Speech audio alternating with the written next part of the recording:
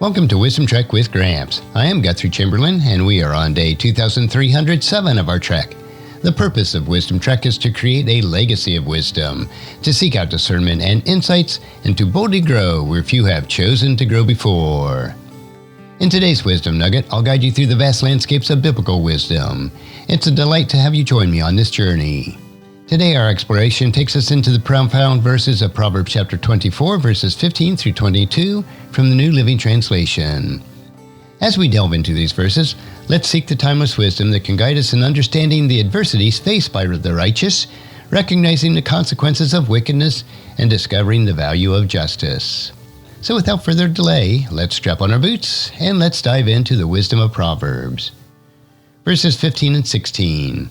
Don't lie in wait like an outlaw against a righteous man's house, and don't raid his dwelling place. Though the righteous person may fall 7 times, he gets up again, but the wicked will stumble into ruin. These verses portray the challenges that are faced by the righteous, urging them not to lie in wait against the homes of the just. The righteous rise again despite their falls, while the wicked face inevitable ruins. How can we understand the adversity faced by the righteous and the consequences that await the wicked? Well, we need to do this by facing adversity with resilience, recognizing that the challenges faced by the righteous and the importance of not plotting against them. Choose to embody the resilience of the righteous, understanding that, despite their falls, they will rise again. Cultivate a mindset that refuses to be defeated by adversity, trusting in the strength that comes from a righteous life. Now let's turn our attention to verse 17. Don't rejoice when your enemy falls. Don't be happy when they stumble. This verse offers a cautionary message against finding joy in the misfortune of others, even when they are considered enemies. How can we avoid the trap of rejoicing in the misfortune of our enemies? We need to do this by avoiding rejoicing in the misfortune of others and recognize the caution against finding joy in the stumbling of enemies. Choose not to deprive happiness from the misfortune of others, even those considered to be our enemies.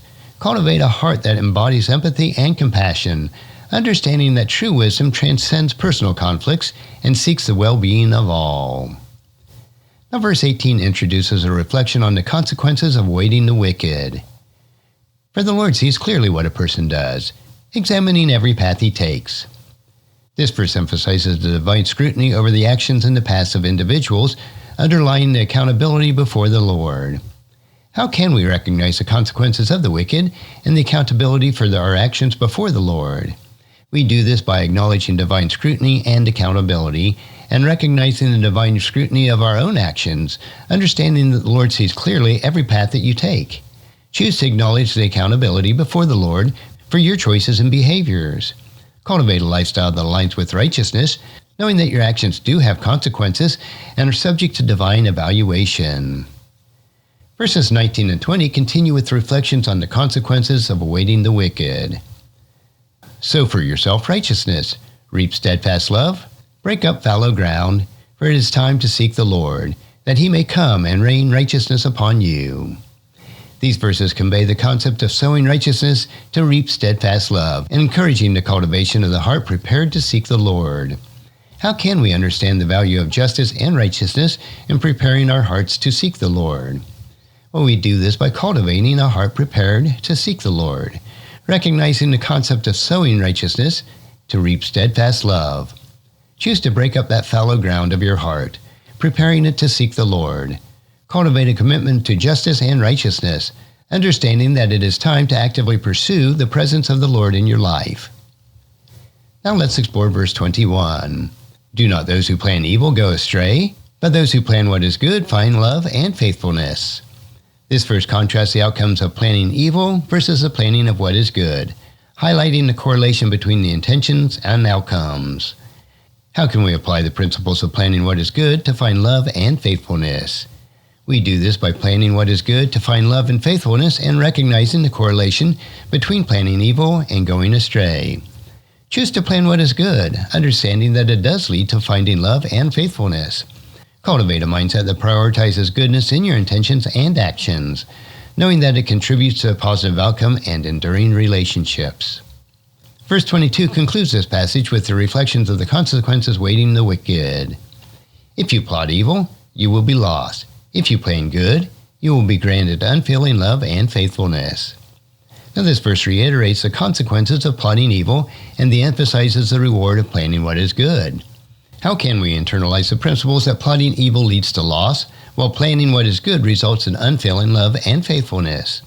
We do this by internalizing the principles of consequences, recognizing that the principles of plotting evil leads to loss, while planning what is good results in unfailing love and faithfulness.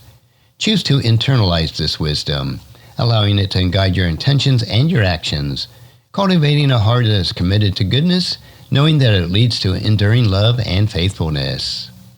And there you have it, my friends. Insights from Proverbs chapter 24, verses 15 through 22. These verses offer us the timeless wisdom and understanding that adversity faced by the righteousness, recognizing the consequences of wickedness, and discovering the real value of justice. As we continue on this journey through the pages of the Bible, remember that the wisdom that it offers is our guiding light in navigating the complexities of life. Until the next time, keep seeking God's wisdom and make it part of your daily trek. And if you found this podcast insightful, please subscribe and leave us a review.